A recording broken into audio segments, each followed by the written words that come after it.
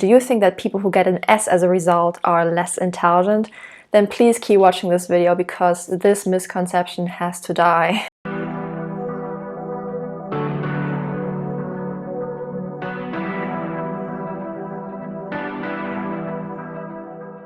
Okay, welcome back to Type Evolution, where we talk about how to evolve with our personality type. So this is a very, very common bad stereotype that I come across all the time, and even with my own clients. So sometimes when I type someone as an S-type in my questionnaire, it's more like, well, actually people tell me I'm smart, intelligent, and open-minded, so why do you type me as an S-type? And I'm always like, sigh. I will tell you where this misconception mostly comes from. It mostly comes from the big five, I would say, because in the big five there is a factor that is about open-mindedness, and it is connected to what they also call intellect. And in other words, in my opinion, it is basically just intelligence. Not always. They also mix in things like, literally open-mindedness, being open to different things in the world, not being closed-minded and so on. But you can be open-minded even as an S-type. I think a lot of open-mindedness is actually related to liberalism. This is a whole other issue. I'm not going to go into too much, but basically they think that N equals intelligence or even IQ or open-mindedness, like I just said. And then that creates a lot of mistypes. And then people think, well, okay, I am an N-type or they are an N-type, so we are a good match because we have similar levels of intelligence. For some people that might even superficially work if they just look at it from that perspective. But this is not the whole truth, and you actually lose a lot of the value from the 16 personality type theory by simplifying it in this manner, especially if that person is actually an S-type that is intelligent. No, just because I typed you as an S-type or someone else typed you as an S-type, or in general, does not mean that you are less intelligent, or S-types are not necessarily less intelligent than N-types. Sensing is an intelligence of its own. Intuition types usually struggle with sensing. The thing is, yes, there might be more sensing types in the world than intuitive types. Sensing types actually unconsciously yearn for intuition in their lives.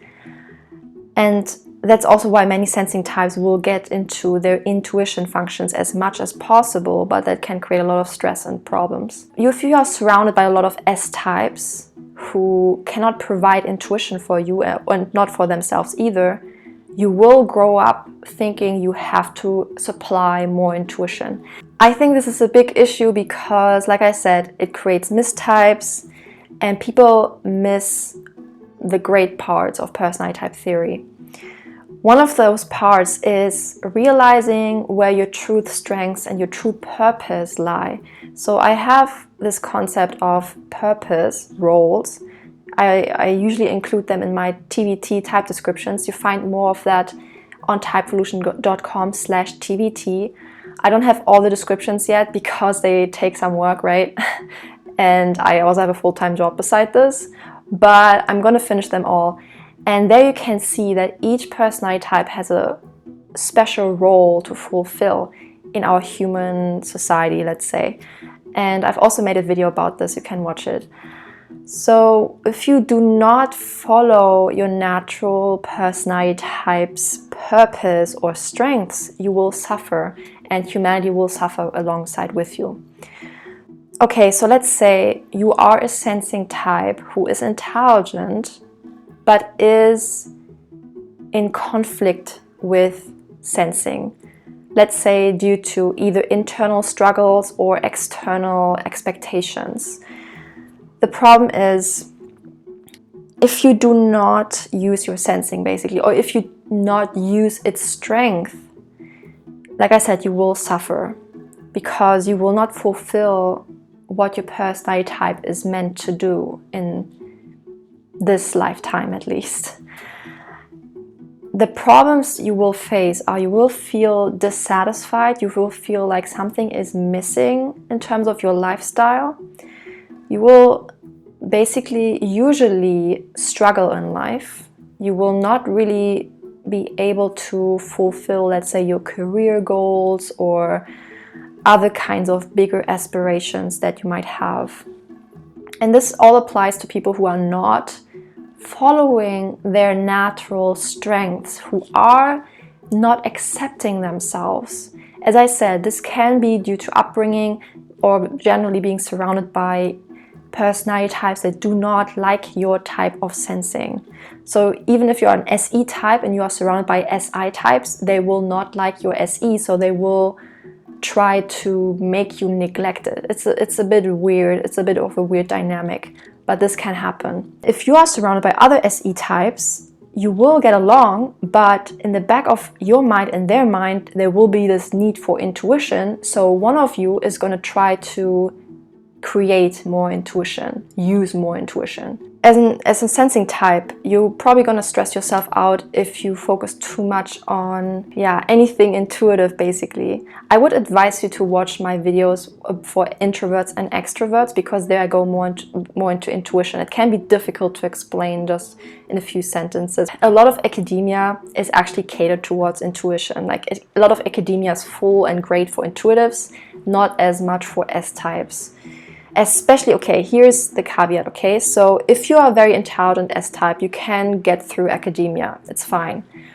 But especially if you're an S-type and your strongest function is actually sensing, you're gonna have issues with anything that is not related to sensing, basically. So it depends on your subtype as well. If you are actually a sensing subtype, so it can be ESFP or ESTP or ISFJ or ISTJ, but it can also be ISTP, ISFP, and so forth, ESTJ, ESFJ. If sensing is your subtype, that actually means sensing is your strength. And if you neglect that, it's going to have negative consequences. You just, like I said, you're not going to feel fulfilled. Nothing is really getting along in your life. It's just something is off.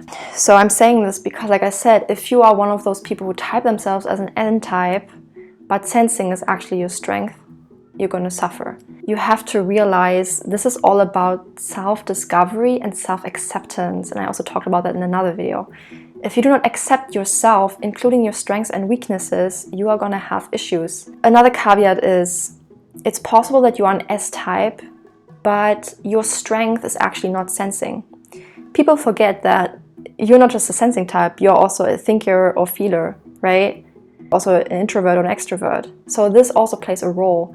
There are lots of S-types actually whose strength is either surrounding feeling or thinking, ethics or thinking or logic. So if you're one of those S-types and then I tell you, well, you're an S-type, and then they're like, well, that doesn't really work for me because actually I prefer focusing more on personal interactions and relationships, or the other person like, actually I like to prefer focusing on theory and logic, so it doesn't really make sense. Why are you typing me as an S-type? And that's because you focus too much on the S. If you are, let's say, INFP or ISFP FI subtype, then FI is actually your strength. If you are an INTP or ISTP and TI is your subtype, then actually TI is your strength. Or let's go further, if you're an ENTP and TI is your subtype, actually thinking is your strength as well. Thinking is going to be stronger than your intuition, but your sensing is still going to be weak. Your feeling is actually going to be weakest though. And this is all based on the subtype theory. I have also an article about this, you can read it, about the exact order of the strengths based on those subtypes. You just simply have to follow your strengths. And that can be hard if you do not accept yourself and your personality type. You will mistype yourself if you do not accept your true personality type. But you might also fall into the trap of actually typing yourself correctly as an S-type, but still doing things that are not part of your true strengths. Anytime you have to force yourself, anytime you feel like you have to really work on it a lot just to make it, doable, it's usually a sign that it's not your natural strength. I know I also mentioned that in another video with your talents. Even if you have a talent, of course you still have to practice. It's like an athlete. By the way, lots of athletes, not all of them of course, but lots of athletes are also pretty intelligent, and they have sensing as their strongest function usually. And they also have to put a lot of practice into becoming a great athlete. A lot of musicians have sensing as a strong function, maybe not the strongest, but one of the stronger ones. And they also have to practice. So I'm not saying your strength is going to be strong from the get-go, but in comparison to all your other functions, at a baseline level, it's going to be more proficient, more able. You will have more natural proficiency in it. So when you train it, you are able to reach a higher level. I know this is maybe controversial, but basically, as I said, most athletes, if not all athletes who are at the top of their game, the most famous, most well-known and most able athletes who reach the highest heights are, I would say, all S-types. And that's simply because they have used their strongest function, sensing. And of course, this is also mixed with a genetic, physical ability. So you also need to have the body for it, of course. There's also body versus personality type. But if you have both matching up, then with the practice, you will reach the highest heights. So when people say S-types cannot be intelligent, this is very wrong. Actually, there's many intelligent S-types. Most doctors in the world are, I would say, intelligent S-types, and I mean physical doctors, of course. Many of them are SI, first or second, so ESFJ, ESTJ, ISFJ, ISTJ. Some of them are ESFP or ISFP, I have found. ISTP and ESTP not as much. Many famous celebrities are actually very intelligent. Musicians, artists, a lot of artists, especially when it's physical art, are usually S-types. So there's all these very able, very talented, high-striving people. Also fitness, fitness coaches or people who are good at fitness, also usually, if not always, S-types. So I could give you all these examples of people who are using sensing if they are a sensing type and sensing is actually their strongest function and not their feeling or thinking. They reach those heights. They do the most with it. And it doesn't have to be literal sensing either. Sensing also has an abstract component to it. It's not just literally dealing with the body, but it's also about energy and force and pushing yourself, for example. But that's better for another video as well. Be honest to yourself, be true to yourself, accept yourself, including everything, including a strength that you have discarded because you thought it was not cool enough, because you thought other people don't want it. People need the best of you. They don't need what you think should be the best of you. They need what you actually are, but the best version of it. And I'm trying to really emphasize this. This is really important for me for people to understand. But like I also said, it might also be the case that not sensing is your strongest, but rather your thinking, your logic, or your ethics, your feeling. So interacting with human beings and optimizing that is your strength. So it depends. It depends also, I would say, on your instinctual stacking. I might have to make a video about that. That also influences where your strengths and your purpose lie. Does it lie in the social realm? Does it lie when it comes to self-preservation or preservation matters? Or does it lie in literally romantic relationships or passion or some other intense pursuit?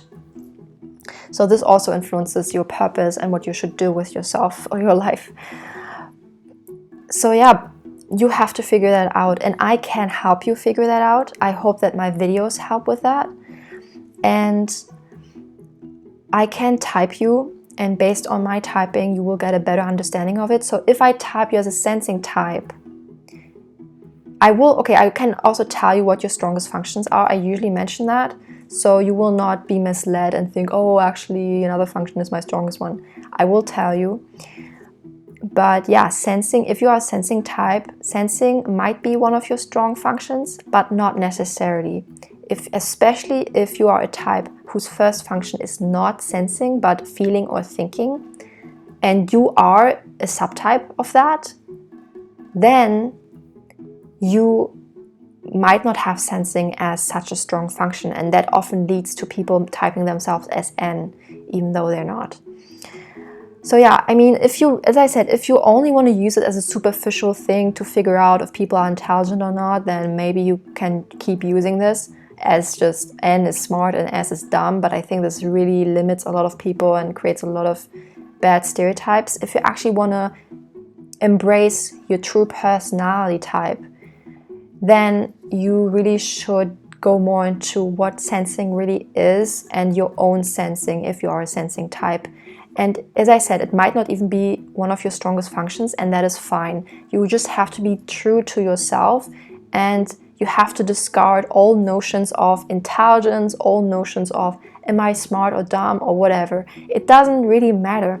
What really matters is embracing your best self, doing the most with it, and showing it to the world, and helping people with it, or helping yourself with it. This is the key. And there are people who are dumber than you, having a more fulfilled life, having more, let's say, achieved. But I'm not even talking about, oh, how rich someone is, or how many houses someone has, or whatever. I don't even care about that myself. But just having achieved in something you care about is so critical. It's so critical, especially, like I said, for guys, but also for women. It can be critical to feel more like you have value, like you feel like you have something important with you or about you. So really tap more into yourself. Ask yourself, am I typing myself as an N type just because I think I'm intelligent and that's why I'm N? Or am I actually typing myself as an N type because it's one of my strengths, or at least it's stronger than my sensing? Am I actually typing myself as an N type because I actually use NI or NE as my first or second function?